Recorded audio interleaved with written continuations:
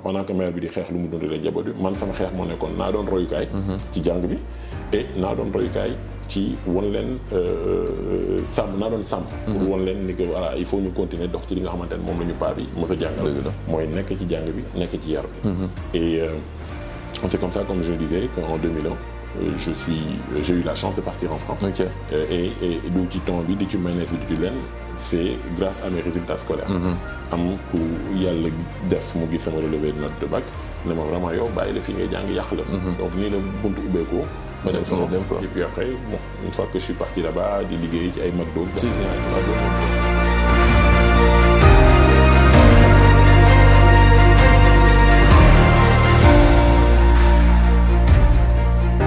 Asalaamaaleykum Amadou. waaleykum salaam Gawsu. merci si ni ñu recevoir ci sa bureau yi fii Akilee. dal leen jàmm. donc du coup tey moom dañoo ñëw vraiment pour jéem a waxtaan pour permettre à la jeunesse boo xam ne ñoo ngi diaspora mais ñu nekk fii tamit ñoo xam ne en général en fait c'est très très difficile ñu am ay références yoo xam ne ci ay domaine entrepreneurial bi. ñoo xam ne teg nañ ay jéego. créer emploi pour ndaw ñi mun ci gis seen bopp donc du coup ñooñu ñu bëri des fois dañuy xaw a réer ci médias yi donc du coup l'objectif c'est vraiment fësal li ngeen di def pour mën a permettre nit ñoo xam ne voilà am nañ bëgg nañ teg nañ seen bët comme yéen fi ngeen ko teg pour permettre ñoom tamit ñu mun a teg ay jéego mun a jëriñ dëkk ji bu baax a baax donc du coup juste balaa ñuy tàmbale dañ lay bàyyi nga commencer nga partager nga présenter wu après par la suite ñu mën a dugg ci waxtaan bi pour vraiment percer sa personnalité. waaw jërëjëf encore une fois merci beaucoup Gawsu di rafetlu bu baax a baax li ngeen ñëw seet suñu tey di am mbégte itam ci dalal la ci kër gi comme ni ma la ko waxee daleen jàmm. merci effectivement fii ñu ngi ci locaux Akilee SA.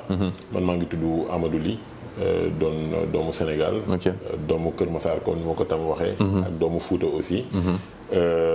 donc doon aussi un repat on va dire tey yàlla def bu ñuy présenté ci benn baat dañ naan tey chef d'entreprise lañ mooy bërëb bi ñu nekk muy Akilee SA nga xamante ne yàlla def na ñu ñoo ko sanc am ñu ko bokkal tamit ci wàllu liggéey ak ci wàllu moomeel yëpp de formation je suis docteur ingénieur en physique donc jàngee sama jàng bu kawee yëpp ci daara yu kawee yi lépp maa ngi ko defee France demoon fa 2001 ñibbisi fii en 2013 et puis depuis 2013 donc maa ngi nekk ci entrepreneuriat bi ça fait donc 11 ans maintenant. ok yow bien vrai que xam nañ ne entrepreneuriat ngay def yaa ngi recruter ay ndaw si dëkk bi donc du coup juste yow xam yow lan ngay ban jéego ngay teg chaque jour en fait pour mën a vraiment impacter sa dëkk positivement en fait donc du coup muy yére yi ngay sol muy recruter yi ngay di recruter ay ndaw donc du coup lan ngay def au jour le jour pour vraiment impacter positivement sa dëkk en fait. entrepreneur la donc bërëbu liggéeykaay bi nii tey dem nga ba une centaine de personnes jot fee liggéey mais laata ñuy egg foofu benn nit moo ci doon liggéey muy man mi dëgg la man mi nga xamante ne man maa bàyyi lépp France ci teranga et cetera bi ma yàlla dénkoon foofu am j'ai envie de dire sañ-sañ ak peut-être risque boo xamante ne jël nañ ko ñibbi si ne dañuy jéem a bokk ci ñi nga xamante ne dañuy defar réew mi te boo defaree réew mi rek keneen def noonu ci réewam bu yàggee ñu defar Afrique ñu def loolu donc jëm ci wàllu xëy bi jëm également ci wàllu xalaat bi donc du coup suñu ñëwaatee ci Amadou ba muy nekk ndaw donc du coup cursus scolaire balaa ngay dem tugal donc du coup foofu suñ fa mënoon taxaw nan ngay définir sa bopp est-ce que da nga nekkoon koo xam ne da nga nekkoon ay parents yu am doole wala da nga nekkoon koo xam ne vraiment da nga dund ci ñàkk ba pare nga xeex pour mën cee génn te ñu ma yokkaale ci tuuti est-ce que gëm nga tamit pour deuxième question reproduction sociale en fait wala yow da nga gëm ne vraiment self made mais da ngay xeex pour mën a egg fi nga war a egg. bon li ma jàpp mooy ni que doomu aadama moom ala kulli xaal li muy am ci ñaar lay jóge muy ci benn pàcc ci loxoom la nekk beneen pàcc bi ci loxo yàlla la nekk lépp loolu doomu aadama am ci kaw suuf nag ci loxo yàlla la nekk mais boo tëddee sa kaw la rek ne ci loxo yàlla la nekk mën nga faa yàgg donc ala kulli xaal fu mu ànd ak sabablu donc loolu moo tax ni fi nga daanelee rek lay tàmbalee du question wu opposer ay système de production sociale wala self-made man maanaam tàmbaleel sa bopp parce que boo tàmbalelee sa bopp tamit lii mooy normalement li war a doon sa yéene mooy naka ngay def ba sa njaboot nga teg leen ci yoon bu fekkente ne dafa am loo fi samp tàmbalee ko ci dara ba yàlla def mu xaw a doon dara mais sa normalement sa mbëbët warta doon leneen lu dul ñi nga xamante ne yàlla dénk na leen ci njaboot ñoom nañu ñëw jëlee affaire bi fi nga ko yemale yóbbu ko fu gën a kawe donc c'est pas tant une sorte de reproduction sociale mais c'est sûr que ñoom fi nga seen boss ak sa boss du benn. ki démarre affaire moo gën a metti dëgg la mais ñoom du ñàkk aussi ñu am yeneen jafe-jafe ak yeneen réalité yoo xamante ne dañ ci parce que souvent le monde évolue aussi. Donc je pense que les deux sont bons. li am solo mooy est-ce que li ngay def am na njëriñ. te loolu dinañ ci ñëw bu ñu eggee ci wàllu par exemple entrepreneuriat bi. ak fi ñu ci toll tey ak parcours social. Bon man je pense que doomu aadama encore une fois lu mu am na ko sant yàlla. Je ne suis pas certainement le plus à plaindre. maanaam bokkuma ci ñi nga xamante ne peut-être mën nañoo jàpp ni que ñi vraiment ñoo gën a mettile ci kaw suuf. parce que loo mettile am na ku la gën a metti. loo neexle am na ku la gën a neex. Donc il ne s'agit pas je ne suis pas dans le comparatif ou dans la comparaison. Mais par contre je pense que véritablement bokk naa ci ñi nga xamante ne seen parcours yombul. Parce que boo yàlla defee nga jóge ci famille boo xamante man sama papa enseignant la woon. Donc jàpp naa ni du woon ku néew doole trop. am na lu ko yàlla dénkoon. parce que kii gën a néew doole mooy ki nga xamante ne day xëy amul dara loo xamante ne day dugg ci loxoom. dëgg la koo xamante ne moom bu liggéeyee bu weer bi deewee am lu dugg ci loxoom. jàpp naa ni kooku mën na seen jàpp ni am na lu ko yàlla may. mais puisque yàlla dafa def man maay taaw. ba may am fukki at ak benn fukki at ak ñaar. yàlla def paa bi feebar dab ko. sama yaay elle est femme au foyer. Voilà kër gi la nekkoon toppatoo njaboot gi. et cetera féete góor gi foofu. Donc bu yàlla defee à partir de 11 ans 12 ans nga sa papa am benn feebar boo xamante ne wax dëgg yàlla dafa xaw a jafe. yenu nekkul ku néew doole. Même boo amee doole sax du yomb waxuma la nag boo néewee doole. Parce que enseignant d'accord mais am na fu mu yem. C'était pas professeur des universités c'est professeur des collèges et des lycées. Okay. Une insuffisance rénale dab ko. Donc insuffisance rénale muy maladie boo xamante ne da ngay def ay dialyse pour mën a continuer dund. Parce que sa deret dafay am ay toxines. Voilà am ay day dem ba dootul normal. Donc ñu war ko setal nettoyer raxas. Donc raxas deret boobu nag roñoo yi ñoo koy def en temps normal. bu sa roñoo yi xawee am problème. tudd insuffisance rénale feebaru roñoo yi. Donc da ngay dem ñuy def ay dialyse. 3 séances la doon def par semaine. séance bu nekk mu ngi ko doon dikkee 90 000 francs. Ok. Donc boo ko defee 3 fois 9 27 270 000 par semaine. 270 000 fois 4 semaines ça fait 1 80 000. N'est-ce pas. bu tuutee ba tuuti. parce que semaine bi sax na weer bi sax na ëpp 4 semaines mais admettons nga jàppee ko noonu. 1 80 000 nag doo su wax dëgg yàlla. ci ab enseignant boo xamante ne même bu nekkee fonctionnaire la. am imputation budgétaire ak prise en charge et cetera 4/5 yi bu dañee ba tey dese na la 1/5. 1/5 boo ko deselewee ba tey ci 1 80 000 des na fay 200 et quelques mille. ëpp na sa salaire. dëgg la mais juste pour bañ la dagg par exemple loolu noonu soo nekkee ci dëkk yoo xam ne par exemple am na système social comme par exemple ay France wala du ma ne États-Unis parce que ñoom moom des fois ils sont même pires que nous mais dëkk yoo xam ne am na système social yoo xam ne état bi day toppatoo waa dëkk bi c'est-à-dire que dalay jàppale même su nekkee sax yooyu ndogal yooyu am na sax donc jeunes yi dañ leen di accompagner quoi dañu am benn accompagnement boo xam ne nga nekk si dëkk boo xam ne daanaka mun nañ ne si dëkk yu ndóol yi la bokk donc yooyu accompagnement yooyu amul te mun am benn impact bu ngand boo xam ne da koy am sa àdduna donc du coup loolu yow nan nga ko gisee ak loolu dinaa ci ñëwaat peut-être bu fekkee ne temps bi may na ñu wax ci wàllu politique mais par exemple pour qu'on ait justement pour tibbee fi nga doon waxee noonu c'est justement c'est-à-dire da ngay jékki-jékki sa dund soppeeku laa lay wax nii c'est-à-dire que danga mënoon na jàpp ni que temps yi pas bi dundee nekk enseignant famille bu modeste nga famille de classe moyenne inférieure mais tu n'es pas le plus à plaindre gënoo néew doole ci réew mais il suffit que événement bu mel noonu dogal yàlla boobu dab la rek pour que sa situation change nga doon famille boo xamante ne da nga dugg ci ndóol dugg na comme ni ma koy waxee parce que soo amee 1/5 boo xamante ne bu desee yow bu ñu ko jëloon ci sa salaire dara desatu fa boobu amuloo leen kër yéen a ngi nekk ci location fayagoo location bi fayagoo lekk bi fayagoo yére yi fayagoo ba jàngoo leen ci école privée mais jàng mooy lan mooy ni que kaye dina jeex bic dina jeex protéger le truc de temps en temps gaañ dara changé wu la nga fi nekkoon moo fi nekk ba léegi dañ la naan kaay leen cotiser pour ñu def lii ci école beeg dugg ni fi fi defagoo loolu yëpp bu fekkee ne fi ngay jàng am na sori sax gaañ pour ñi nga xamante ne waroon nañ leen paasal parce que il s'est avéré que c'était mon cas dama doon jógee géej waaye di jàngi parce que foofu la doon jàngale bëggoon ma nekk ci wetam mais ça fait beaucoup de charges yoo xamante ne ñëwaguñu waxuma la ordonnance yi dëgg la tu vois parce que autant mën nga dem hôpital bañ a fay.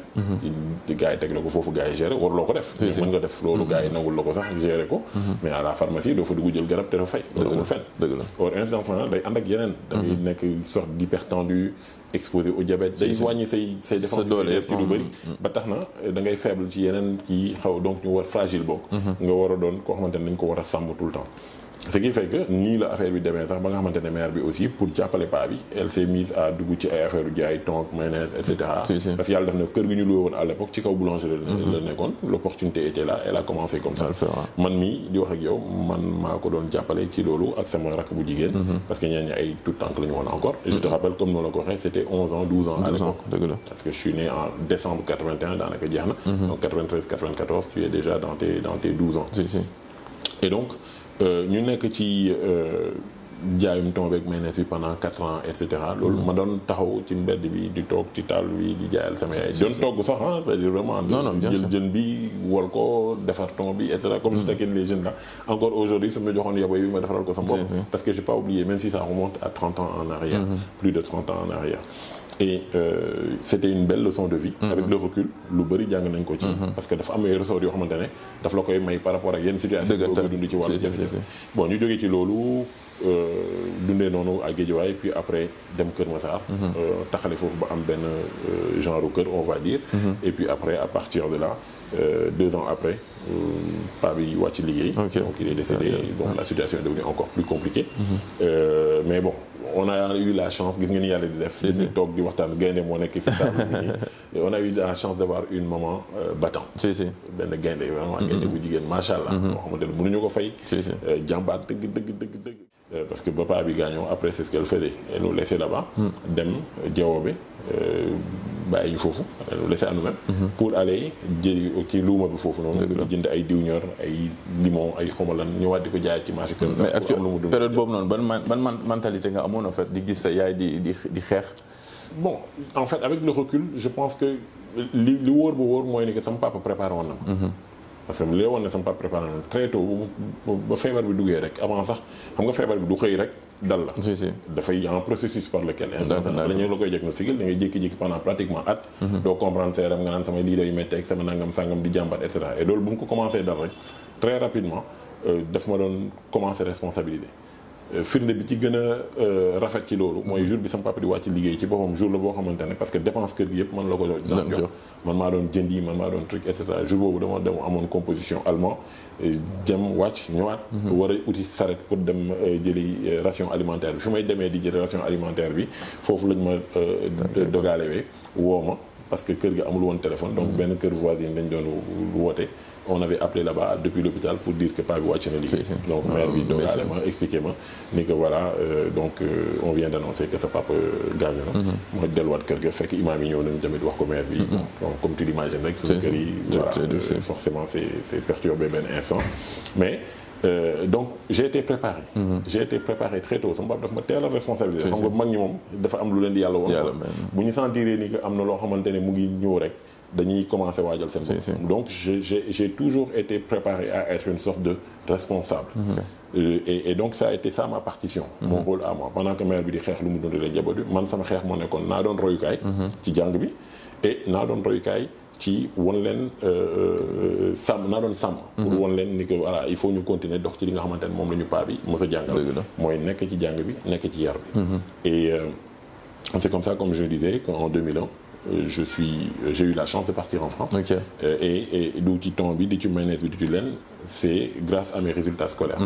am ku yàlla def mu gis sama relevé de note de bac ne ma vraiment yow bàyyi la fii ngay jàng yàq la. loolu moom franchement foog ñu ñëw si sëgg ci quoi pour vraiment permettre gis gars yow nan nga doon dundee vraiment France en fait ba nga fa demee c'est première année parce que en général c'est très très difficile déjà culture bi bokkul. le temps que nan ngay def pour adapter wu après par la suite continuer ses études parce que am na ñoo bëri dañuy dem foofu noonu après dañuy cartoucher parce que voilà allier liggéey ak concentré ci jàng bi c'est très très difficile. donc comment ça a été nan nga ko gérer en fait.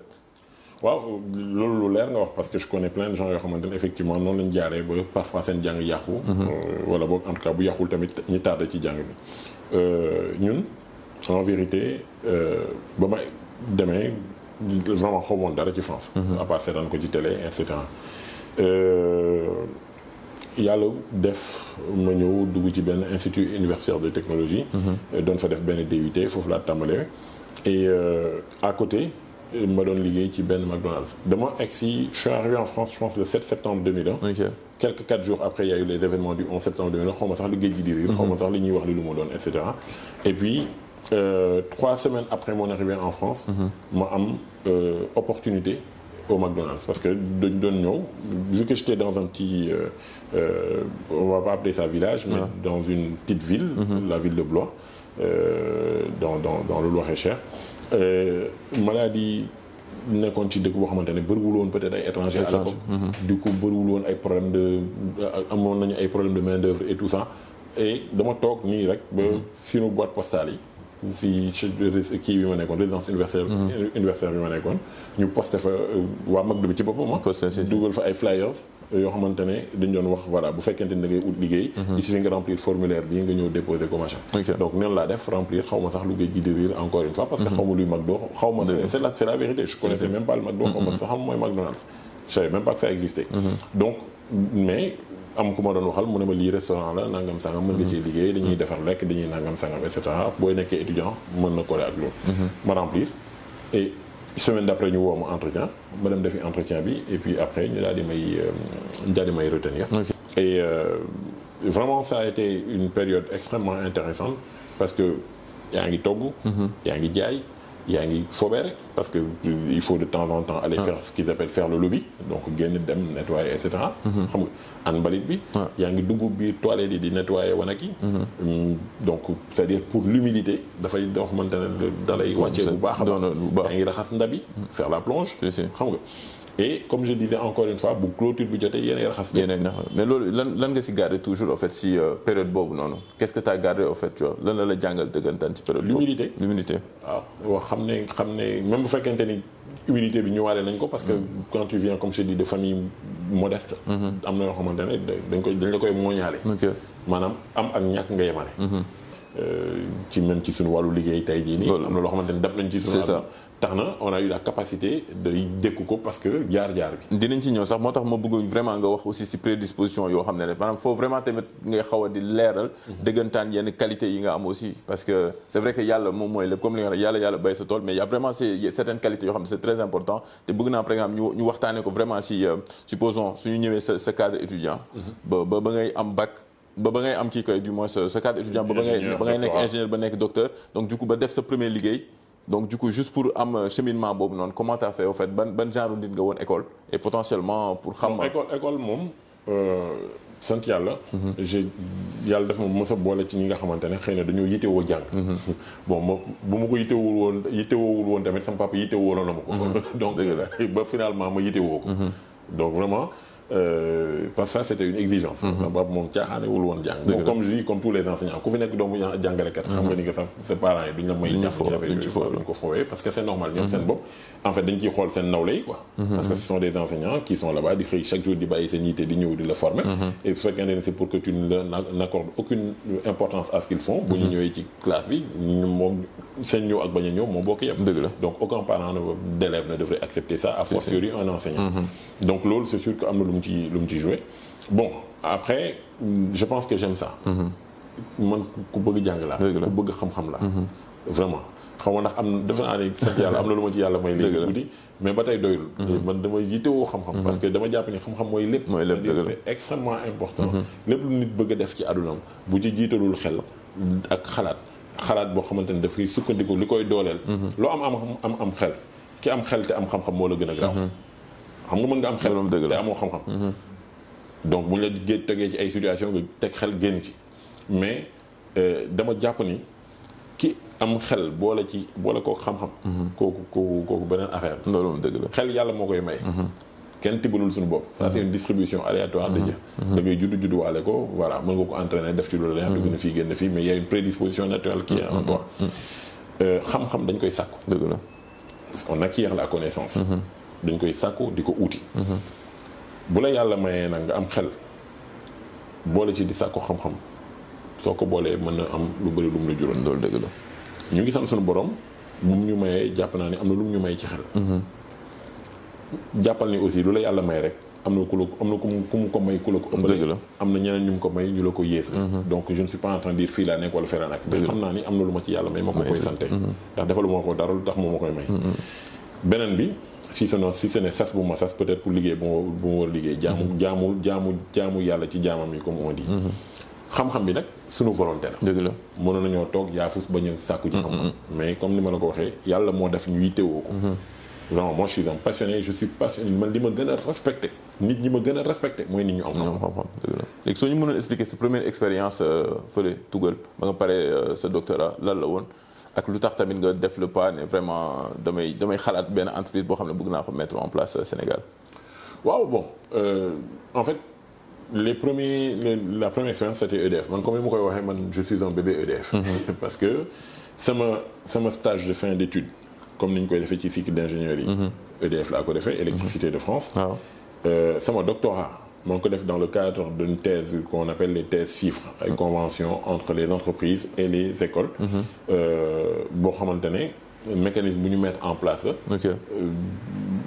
boo xamante ne ça m'a permis pendant 3 ans de baigner dans un environnement professionnel d'être comme un ingénieur plein mais un ingénieur chercheur qui travaillait en même temps pour mën a valider waale un diplôme de doctorat sur des sujets très intéressants yoo xamante ne du ma ci dugg sax mais dans le détail mais tey boo jëlee réacteur nucléaire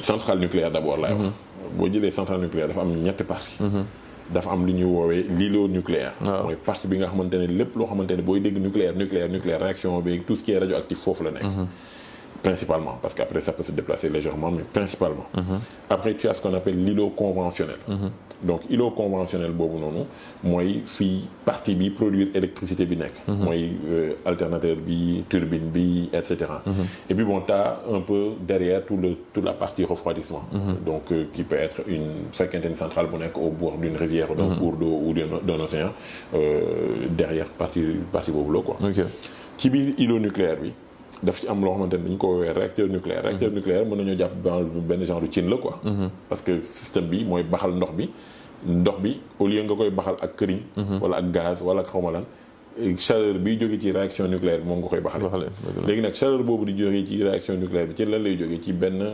assemblage boo xamante ne ay tube la tube de zirconium la alliage de zirconium précisément parce que c'est un alliage benn matériau la boo xamante ne ci biir uranium bi ngay dégg ñu naan ay Niger ak ay Canada ak ay xawma fan fii mini nekk uranium boobu dañ koy enrichir bu ñu ko enrichir dañuy defar ay pastilles boo déggee pastilles dafa mel ni pastilles comme comprimé rek mais comprimé boo xamante ne peut-être diamètre bi ça fait à peu près 1 centimètre un peu moins et hauteur bi cylindre lay doon boo xamante ne peut-être pareil maximum 1 centimètre de hauteur loolu la ñuy jël di ko empiler xam nga yow boo doon jël ay pastilles ay tàngal di ko tegle soo amul foo ko dugal benn gaine bu koy téye du taxaw parce que bu demee ba tax am na mu toll dafay daanu eh bien c'est exactement ça donc pastilles yooyu li ñuy jël leen tegle leen nag dugal leen ci benn tube boobu mooy tube bi nga xamante ne moom mooy première barrière de protection nucléaire ñun ci loolu lañ doon liggéey moi thèse de doctorat je l'ai faite sur donc le vieillissement de ces crayons combustibles c'est une sorte d'efficacité énergétique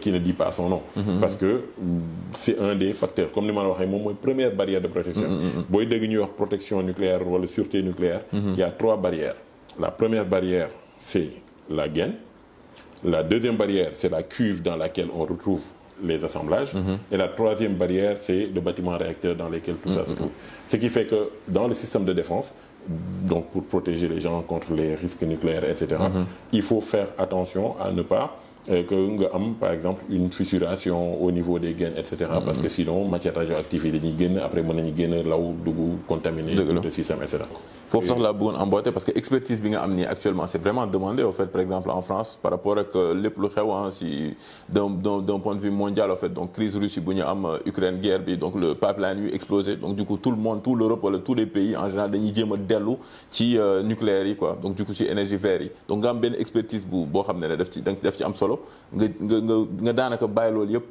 pour ñibbi wala créer sa entreprise.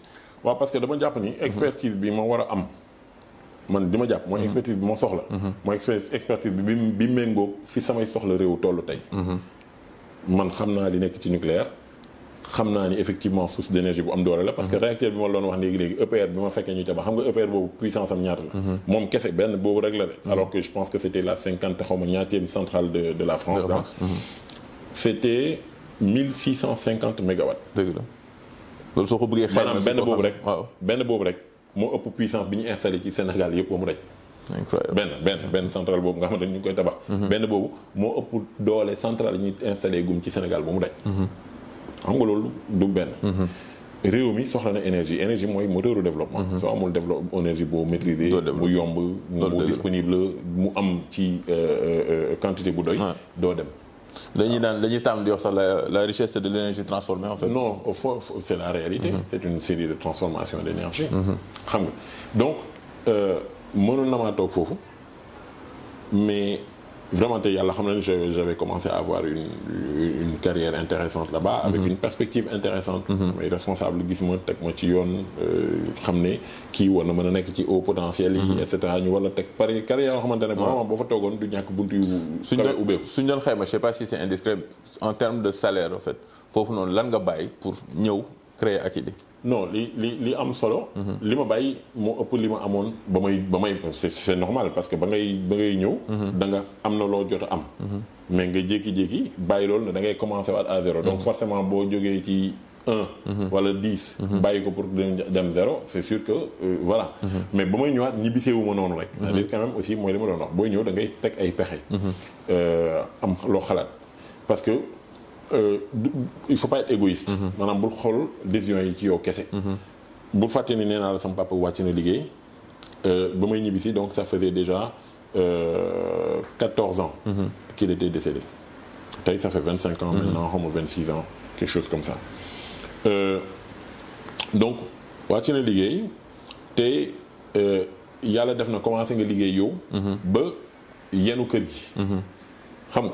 ñàkk égoïsme boobu bi nga wax ne pour benn la dagg est-ce que maanaam comme histoire bi maanaam le fait que nga ne par exemple il y a plein de personnes yoo xam ne ils sont très très intelligents très brillants comme li ñuy wax rek brain draining bi nekk ci dëkk tugal yi toog foofu noonu nekk en famille am seen confort ne vraiment Afrique moom vraiment xam nañ ne mënuñu ko développer parce que c'est très compliqué donc du coup est-ce que c'est histoire moo tax ñàkk égoïsme boobu noonu nga ne yow bon vraiment en fait même si am naa xam-xam fii nii am naa fait opportunité mais damay ñibbi donc du coup juste pour ñëwaat si di nga raconter sa histoire rek nan la. non pour man. dama jàpp ni d'abord opportunité yi fii la ëppee.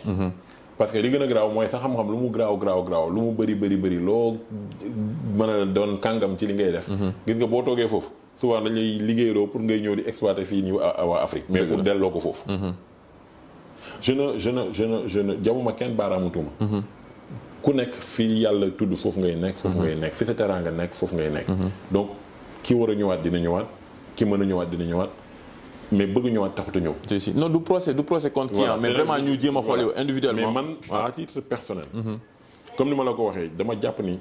sama xam-xam mu ngi amee njëriñ sama expertise mu ngi amee njëriñ non pas ma développer ko foofu dans un environnement où les gens ont déjà tout bâti et cetera soxla nañ ko parce que suñ ko soxla wuloon duñ ma jël di ma liggéeyloo ba di ma fay. dëgg la mais luñ ko soxla jàpp naa ni fii nga xamante ne am na ay jafe-jafe yu bëri yu fi nekk défi yu dul jeex ci ñu war cee liggéey man jàpp naa ni même bu xawee wuute. ak li nga xamante ne moom laa jàngoon au départ. war naa mën a ñëw jéem parce que xel loolu lay jëriñ aussi jàng bi li ñu lay tàggat ni école. pour man tàggat la rek. dëgg la loolu tamit il faut nit ñi xam ko. c'est-à-dire il faut pas que nga ne lii laa jàng rek par la force ci lii laay liggéey. ci li ngay liggéey. lii laa jàng dana la war a mën a yombal départ. bu fekkente ni yàlla may na la nga am bunt. mais gis nga boo amul bunt bu mu tax nga xaddi bu mu tax nga jànnaxe. dëgg la bu mu tax nga tiit. xamal ne yow dañ la préparer ba pare jógal nga taxaw. mooy xel bi ma doon wax sax. dëgg la ak xam-xam bi boo amee xel te amoo xam-xam. du ñàkk nga sàkki pexe pour génn ci. boo amee xam-xam te xel bi xaw a des dina tax ba tey nga war a mën a départ. boo boolee ñaar yi da ngay gën a am doole. xool noo démarré we man ba ma bëggee ñibbi si dama xool benn activité boo xamante ne jàppoon naa ni war naa ci mën a dugg. ci affaire par exemple nan la ñuy def pour wàññi courant. njëgu courant bi fii nii wala nan la ñuy wàññee facture courant yi pour nit ñi. ci loolu laa dugg. dëgg la ba ma bëggee ñibbi si dama ut aussi li ma la doon wax sànq ci ñàkk égoïsme mooy lan. mooy ni que booy ñibbi si xam nga ni li nga amoon fële da nga koy perdre.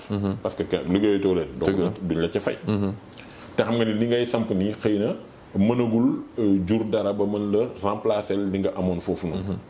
donc pexe bi ma sàkkoon mooy lan mooy dama amoon benn cabinet de conseil consultant boo xamante ne dama doon liggéey ak moom. nekk consultant foofu di taxawaalaale en même temps li nga xamante ne moom laa ñëwoon taxawal. tu vois ce que je veux dire maanaam dama amoon ñaari liggéey. loolu balaa ñuy dem foofu gëm-gëm bi pour xool yow gëm-gëm par exemple nan nga amee gëm-gëm pour ne vraiment lii nii war naa ko motal war naa ko teg te vraiment day marché quoi est-ce que da nga demoon am sa intime conviction que ne c'est un projet boo xam ne teg nga ko te da nga ci day marché à 100% wala bon disons à 80-90% wala vraiment des fois yaa ngi ko doon partagé ay nit ñoo ngi lay jéem a dissuader noonu nii est-ce que risque la ba da ngay jógee vraiment tugal ñëw fii nii donc du coup loolu nan nga ko xeexee ba ne vraiment man gëm naa sama bopp te am naa aptitude yi pour mën a réussir benn affaire. bon loolu moom xëy na bon je ne sais pas dire mais je ne saurais pas dire mais je pense que yàlla daf ko def ci man rek. le fait que comme je dis ma yàgg gëm sama bopp. parce que jaar-jaar bi aussi moo ma obligé ma gëm sama bopp. dëgg la. dañu am benn expression en pulaar bu naan sa góo ba nii li mu war a ay maanaam ki jiitu wala wàññi booy wàññi quoi. bu fekkente ni le un n'est pas bon li ci nar a topp yëpp dafa nar a yàqu. dëgg la donc man responsabilité boobu pesé woon ci man tax na vraiment man lépp lu ma doon dugg dama ci dugg ak fulla ak fayda. avec la détermination de réussir ce que je fais. ba tey tamit noonu lay fonctionner maintenant li nga xamante ne moo ci am solo. mooy ni que en vérité. J'avais pas de certitude que ça va marcher. Mais j'avais la détermination de faire marcher mon projet. Mon projet, c'est de servir mon pays en tant qu'entrepreneur, dans un premier temps. Tey yàlla def na en tant que politique aussi. Mais plus en tant qu'entrepreneur au départ. te ba may samp affaire bi li lay wan ne doxul. mooy li taxoon ma ñëwaat. man ba ma ñëwaatee j'avais une idée de faire un bureau d'ingénierie conseil parce que comme j'ai dit de formation je suis docteur ingénieur en physique donc je suis venu avec l'idée de damay jël sama xam-xam di ko utiliser pour di conseiller ay nit ci naka la ñuy wàññi seen facture courant mais ba ma fi toogee même pas un an ma gis ni lii ma bëgg a jaay fii nii nit ñi duñ ko jënd dëgg lu bu baax li ma dox de am nga kon business boobu du dox maanaam lii nga xamante ne dama bàyyi li ma amoon France yëpp bëgg a ñëw fii pour taxawal loo xamante ne dafay ràññeeku doon loo xamante ne dafay bokk ci liy jëmale réew mi kanam bokk ci ñiy tabax réew mi bokk ci ñiy defar Afrique dama gis ni lii nii du dem lu tax parce que dans notre conception à nous nit ñi attan nañoo jël 1 milliard dugal ko ci benn butéelu ndox ndax ñu ngi gis butéelu ndox bi xam nañu nu mel rafet na mën nañ ko laal et cetera bu fekkente ne da nga leen di jox beneen xalaat boo xamante ne day tax butéelu ndox boobu noonu ñu mën ko jaayee 10 milliards boo leen waxoon nañ la fay 1 million sax duñ la ko fay est-ce que yaa ngi dégg li ma c'est-à-dire les gens ne sont pas prêts à payer c'est caricatural ce que je dis évidemment à toute règle il y a des exceptions mais majoritairement nit ñi parewuñu pour fay nit pour xam-xam. ils prennent pas le risque en fait maanaam recherche daf fi suuxe bu baax a baax. bon en tout cas daal li ma noté mooy ne ko wax dëgg yàlla da ngay waxtaan ak nit ñi. ci affaire conseil les gens souvent ils regardent qu'est-ce que tu vas gagner comment tu vas me garantir que li nga may wax nii dina jur dara dugg na fii génn fii et cetera. donc loolu moo tax dama xam ne lii nii su ma ci continuer woon du dem. léegi yow mais juste pour finir là-dessus. gis nga ba may ñibbisi. ci wàllu. ay tiitaange machin et cetera. c'est normal boo nee da ngay ñibbi si sa waa kër yëpp yàlla def pour le moment yooyu yaay comme ni ko sama rakk bi doon sunu jaatu kër bi doon wax yooyu yaay moteuru kër gi. donc bu fekkente ne yooyu yaay moteuru kër gi nga jékki-jékki bëgg a jël décision boo xamante ne bu moteur bi kale kër gi yëpp kale. bon on va se demander est-ce que kii li muy def li xam na ko. donc sama yaay elle n'était pas d'accord par exemple pour que je rentre. mais maa ngi fàttaliku bu baax a baax li mu ko tontu yaay bàyyi ma ñibbi si li ma soxla mooy sa ñaan. c'est-à-dire que. et ça je le dis face caméra. c'est-à-dire li ma soxla mooy sa ñaan. parce que même bu fekkente ne damay dem di jaay keccax ci marché Kër Massar bi sax bu soobee yàlla xam naa naa ko jaay ci anam yoo xamante ne wuute na. ak nit ñi ni ñu koy defee te dinaa ci génn. nii laa ko waxee woon. donc c'est comme ça que ma mère a accepté. de me dire d'accord parce que aussi démb rek maa ngi dem ci benn conférence. ñu ngi ko fay wax nit da ngay am kilifa. sama yaay moo ma jur certes. jigéen la certes amaana ci wàllu lislam tey sax mën nañoo jàpp ne maa ko yilif. si yenn aspect yi. mais moo ma yilif ndax moo ma jur. gaaw su man dama doon xëy. 7 heures 8 heures au plus tard maa ngi bureau. mën naa toog bureau ba 22 heures. di liggéey ba 22 heures di liggéey. après dellu sama kër di jógee Dakar di dellu Kër Massar. yaa may dégg. egg si tëdd nelaw jàppal bàyyil et cetera départ. est-ce que tu vois. non je c'est-à-dire da nga doon liggéey non-stop. te ba léegi sax dañuy liggéey non-stop parce que capacité boobu noonu loolu yëpp mu ngi jógee ci McDo bi. gis nga expérience bi ñu doon wax sànq. c'est-à-dire imagine yow da nga doon jóg. 6 heures du matin nga yeewu waajal sa bopp julli kërëb et cetera tegu ci yoon bi 8 heures war la fekk salle de classe. 18 heures nga génn école. 19 heures nga commencé McDo bi 23 heures ba minuit 1 heure nga war a dox. xam nga loolu tamit amplitude horaire nga def ko pendant 5 ans pratiquement. donc loolu dafay développer yow une très grande capacité de travail. Et ça c'est ce que nous avons fait à tel point que ba yàlla dafay ñu gis ni que yoon bii demul. foofu la sama xel indiwee mais tiens donc li may def nii pour mu mën a dem il faudrait que je change de fusil d'épaule. Il faudrait que ma indi sukkandiku ci xarala yu yees yi. tout le monde est sur son téléphone. Pourquoi est-ce que mënuma indi benn application boo xamante ne dafay dimbali nit ki muy mën a xam ñaata la lakk ci courant tout le temps nan lay def pour wàññi courant am dugg fii. noonu laa duggee ci affaire solution informatique yi. dëgg la outil koo xamante ne yàlla boole woon nañu pareil ci beneen wàll ñu ñëwaat dajewaat.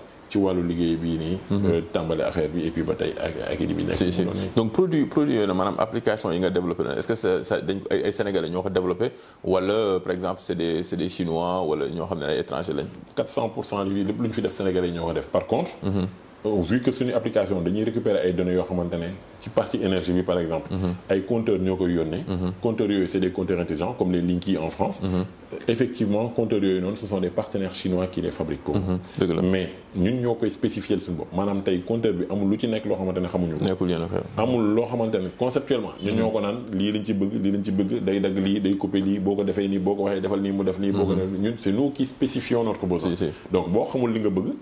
waa ji moom da lay jox sur étagère rek di nga ne xaaral da nga ko ne waxal compteur mu coupé ma li mu ne la non loolu amul ci fonctionnalité boobu amul fii parce que waxoo ma ko woon donc on maîtrise totalement c'est comme aujourd'hui ton iPhone que tu as ou bien ton je sais pas quoi je fais pas de la publicité Samsung n'importe quel téléphone boobu mënta yor mais il faut pas croire c'est pas fait aux États-Unis c'est pas fait en France je sais pas où c'est fait les gars spécifient leur truc et c'est fabriqué dans les usines technologiques chinoises et les gens te ramènent un appareil qui a été défini conçu pensé designé par le truc et après commercialisé également par les occidentaux et c'est exactement le même modèle. Mais sauf que la partie logicielle ça c'est extrêmement important parce que partie logicielle dafa am solo ci ñun le business qu'on fait c'est pas le matériel qui est le business parce que da ngay jaay compteur bi derrière le compteur envoie des données yi nga koy exploiter bon boo seetee sax ci arrière plan bi fële di nga gis am na benn écran ci benn projet bu ñu nekk ci benn dëkk boo xamante ne ñu ngi fay déployer actuellement des compteurs intelligents façon niñ ki fii la ñuy toog ci Sénégal di piloter lii am foofu noonu ci réew mi ñun ñoo yor lu bëree bëri boobu foofu actuellement. Et tous les logiciels je dis bien qu'on utilise là-bas et ça c'est une fierté.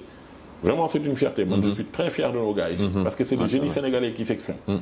mais vraiment ñun dañoo nekk dëkk boo xam ne comme ni nga ko doon waxee sànq dafa bëri ay ndaw léegi ñun nan la ñuy def ak accompagnement état lii moom question politique la en plus donc du coup nan la ñuy def par exemple su nekkoon par exemple état da ci war a dugg pour vraiment mettre en place ay stratégies yoo xam ne yenn chaîne de valeur yi ci domaines yu bëri surtout ay domaines yu critiques ñu andi ko ay ndaw sénégalais di ko liggéey di ko defal comme chinois yi bon su nekkee dañoo remonter à travers le temps chinois yi soo gisee ñu ci bëri ba dañoo jékki-jékki nekk l'usine du monde parce que américains yi dañ doon yóbbu foofu noonu di maanaam seen tellement que ñoom seen employé seen dëkk dañoo cher donc du coup ils étaient obligés de dem foofu noonu parce que main d'œuvre c'était à bon marché donc du coup ñu commencé ba chinois yi am expertise affaire yooyu léegi ñun yan mécanisme lañ mën a mettre en place ba Sénégal chaîne de valeur ci domaine yu important yu bëri ñoo xam ne ñu koy mën a defar fii Sénégal te Sénégalais dañu xarañ.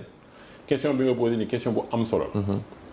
te leer na may j'en suis convaincu te yàlla bi ma tim xam na ni yàlla lay jël comme témoin on n'en a pas parlé avant l'émission ni dans d'autres circonstances mais gis nga waxtaan moo indi wax ndax xam-xam la ñuy waxee ba eggal nañu ci problème bi nga xamante ne suñu entreprise dund na ko fii ci suñu réew muy coowal benn contrat de 187 milliards sur 10 ans bu ñu signé woon diggante Akilee ak Senelec ma fàttali ni Akilee Senelec am na ci 34%.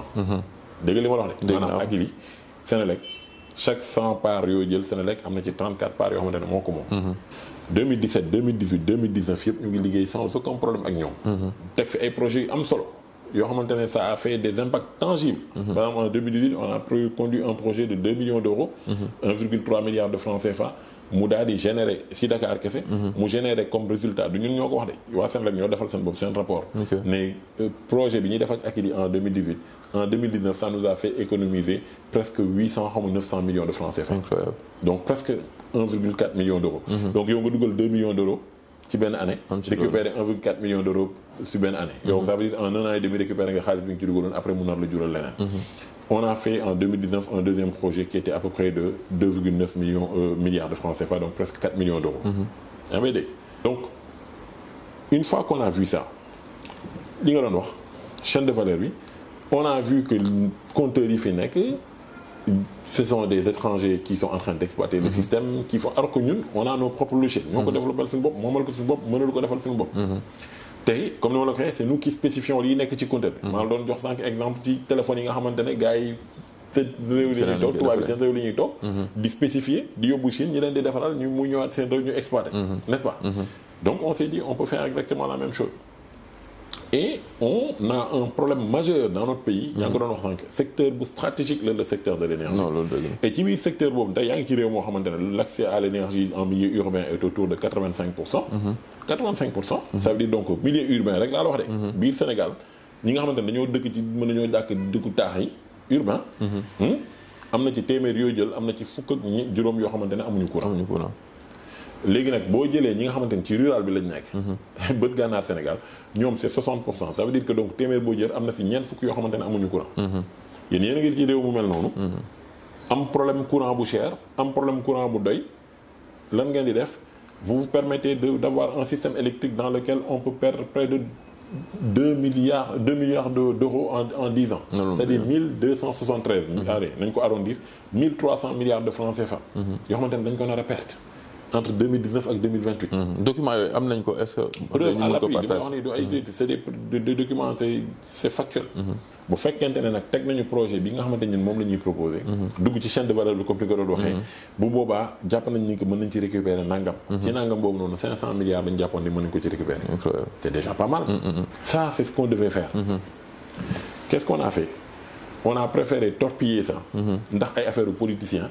Pape Mademba Bitèye bi nga xamante ne dañ ko jël fal ko dama koy nommer parce que ci loolu lañ nekk dëgg la ñuy yox jël ko def ko tabb ko sax du fal tabb ko def ko directeur de Sénélec ñëw am beneen gis-gis ndax dañuy ut nu ñu politiquer dem uti ay israéliens une société qui s'appelle Powercom indi jiw teg jël contrat Akilee bi saboté ko violer explicitement une clause contractuelle un article clair du contrat qui dit que amoo leen droit pendant période contrat bi fekk Akilee deful faute amoo leen droit jëndee compteur feneen. amoo leen droit jënd compteur boo xamante ne day def li compteur Akilee di def. amoo leen droit lëkkaloo keneen pour buy def système boo xam parce que c'est normal. On monte un projet on finance le projet. on structure le projet c'est normal qu'on prenne des garanties pour sécuriser que le projet va bien se dérouler parce que fekkente ne dañuy def loo xamante ne bu ñu commencé am keneen ku jógee fële saboter affaire bi. xam nga li mu def nii bu fekkente ne amul woon clause. contractuelle bu leen téye dañ naan. lu mu def kenn mënu ci dara c'est son droit. Mais justement boo gisee coow am c'est parce que justement on savait que lii la ñu bañoon. nit ku jógee fële di xool ay intérêt personnel. au détriment de l'intérêt général daal di ñëw teg loo xamante ne moom boppam defaru la ñu ut. jéemul defar pour defar réew mi. Et ça c'est extrêmement dangereux dans un secteur stratégique comme tu l'as dit dans le secteur de l'énergie. où il est question de souveraineté yow nan ngay jëlee ce système di ko jox power comme Israël quoi. c'est-à-dire ñu jël toog war a mën a man nee naa la fii laay toog di piloter les équipements qui sont dans notre pays. Mais si le pays là en question amul ci biir réewam koo xamante ne dafay liggéey loolu. bon ça peut se comprendre. mais yow nan ngay amee sa biir réew. ñoo xamante ne dañoo commencé liggéey ba mën ko def ba wane seen xarañte yow nga bokk ci ñi ko moom sax. nga jël affaire yi bàyyi leen foofu noonu saboter liggéey bi salfaañe ko dem uti jàmbur boo xamante ne yow amuloo fa 1 franc. liggéeyloowul benn sénégalais kii mu ngi liggéeyloo 100 sénégalais te boo ko bàyyi woon mu continuer presque 400-500 personnes déjà ñu ngi fiy liggéey. bu liggéey chaque 1 milliard wala chaque 10 milliards bu mu génnee yow am nga ci 340 millions wala 3,4 milliards loolu ci liy xew fii la. te bu fekkente ni utiliser nga ko comme rampe de lancement. mu liggéey ci yeneen réew. lépp lu mu am feneen yow mënoo fa dem am ko moom dina ko am te lu mu ci am nga ci 34%. non loolu dafa c'est ce qu'on appelle la diversification des revenus. loolu mooy entreprise yu am doole yëpp sax ay Total dañuy nekk ci dëkk mais bon dañuy participer ci économie bi. donc faut vraiment que am ay champion national loolu c'est très important. mais juste pour rebondir foofu noonu face à l'adversité c'est-à-dire que face à crise boobu noonu nga jànkonteel wala même yeneen crise yoo xam ne jànkonteel comme crise Covid bi ak affaire yooyu Amadou Ly nan lay rebondir pour que entreprise am continuer nekk à flot mu mën a continuer di fay ay employés di vraiment continuer di pérenniser entreprise bi. c'est quoi ta posture? Ça a été violent métti woon na trop. te léegi ba léegi jeexagul. 2020 la coow li commencé. 2019 la commencé si suuf en sous-marin comme li ma doon wax sànq ci sama feebar papa bi feebar bi du xëy rek feeñ. bii tamit problème bi xëy rek feeñ. xam nga gars yi posent des actes quoi bi tey il a été nommé en avril 2019. premier acte yu mu posé nga xam ne kii fi nga jëm ak moom ndox amu fa. mooy ba mu ñëwee fekk liggéey boo xamante ne da ngeen ko def mu jaar yoon ba pare mu ne du fay. yoral la sa xaalis ne du la fay. xam nga kooku kon wan na la boppam di tergiverser di dugg di et cetera. bëgg la woo ci yeneen affaire nga bañ ci dugg. 2020 coow li ne cour tàkk en plein Covid. coow li nu mu bëree woon ci Covid bi yëpp teewul coowal Akilee bi génn na tamit feeñ à côté. Et dans ça a été une rude épreuve. Parce qu'en vérité on n'a jamais imaginé que nit mën na soxoree noonu wala ay nit mën nañu soxoree noonu. comme li ma wax tout le temps xam nga Sénégalais la moo ñu sonal. iñaan bokk na ci li ñu sonal. iñaan c'est-à-dire benn Amadou Ly mooy toog fii gis Gawsu di dox. non mais attends Gawsu bii nga xamante ne maanaam moom ñoo nekkoon woon Kër Massar. non xanaa du Gawsu moo fi nekk naan day teg ay projet 10 milliards. mais Gawsu bii nii dafa dijji Marina. kii xamul boppam de. kii dugg na fii gën non tu vois ce que je veux dire. si. iñaane naa la ko. juste parce que maa ngi lay xoolee bët yi ñu nekkee woon man ak yow ba ñu nekkee morom toogandoo ci mbedd bi. di naan caan di lekk gerte wala di calcio wala yu kenn xamul et cetera. Gawsu lan la def boo diggante boobu ak léegi ba yàlla defee man ak moom ñu taxalikoo gisanteetuñu xaw ma lu mu jàng. xaw ma lu mu xarañee. xaw ma lu muy xalaat ndax new ma ci boppam. xaw ma lu mu bëggal réew mi xaw ma ndax new ma ci xolam. mais juste maa ngi koy xoolee bëtu Gawsu bi ma xamoon démb. te jàpp ni puisque Gawsu man ak moom ñoo bokkoon condition sociale. mais waruma gën tey jii. or su Gawsu amee contrat au milliard te man awma contrat au milliard c'est comme si moi j'avais échoué. li ñu ko yóbbee nag du leneen lu dul le paraître. ngis tël bëgg ñu gis ñu bëgg ñu wonewu man xalaat woon ne que gars yi ils pouvaient imaginer te en vérité ce qu'ils avaient comme intention c'était de détruire Akilee. xëy na yàlla moo def antuwul. mais seen yéen dëgg-dëgg parce que loolu la koy woon mooy une des procédures yi ñu def sax pour attaquer ci xeex bi. mooy dañoo attaquer Akilee en dissolution. c'est-à-dire dem tribunal pour demander la Sénélec laa wax ni. et puis bon j'aime pas dire Sénélec parce que c'est comme si tu mettais ñëpp ci biir. alors qu'en fait c'est juste un petit groupuscule de managers qui a été mis là. par un DG politicien qui a été nommé jël ay nitam ñu nekk foofu di fas di teg ay deal et cetera. mais ces gens-là ils sont allés monter un truc. de toutes pièces. ñëw saboter liggéey bi dem ba mën a la attaquer la en dissolution. c'est-à-dire ne liggéey bi nga xamante ne yow et quand liggéey xam nga loolu il faut que les gens comprennent parfois les gens pensent que da nga ko jël à cœur. c'est pas que da nga ko jël à cœur c'est l'œuvre de toute une vie. question yi ma posé sànq ci fan nga jógee fan nga jaar. c'est ça le but jaar boobu yëpp moo ñëw aboutir ba foofu noonu. nit ki bëgg ne daf koy naxasal.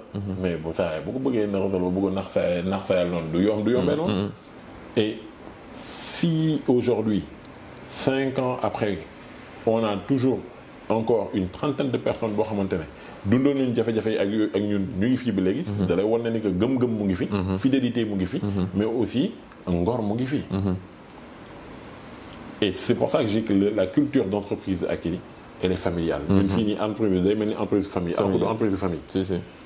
du papa ak yaay ñoo ko moom di gérer ak seen njaboot mais ñun dañoo dem ba finalement on a développé des liens xam nga épreuve da lay day boole ay nit day solidifier ay liens. Amadou juste pour rebondir foofu noonu te comment avec nan nga mel ak sa équipe quoi c'est-à-dire que est-ce que yow par exemple des feedbacks supposons kenn su ñëwee jox la benn feedback bu constructif comment tu le prends est-ce que da nga koy jël négativement ou t'écoutes cette équipe juste pour rejoindre partie familiale ba pour xool yow comment tu manages tes équipes quoi.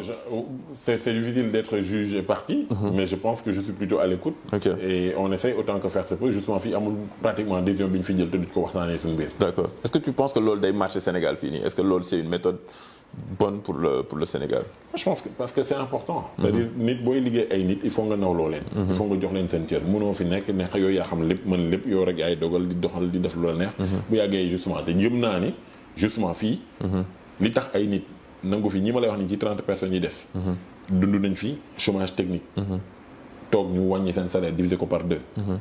ñu gore toog ba léegi. mooy vraiment ban conseil ngay jox képp koo xam ne sa cursus la dem c'est-à-dire moo ngi tugal bëgg a ñibbisi wala koo xam ne moo ngi fii sax bëgg a vraiment monter benn entreprise boo xam ne ban conseil nga koy jox par rapport ak sa expérience bien sûr. li ñu bàyyi xel ni que réew mi réew opportunité la.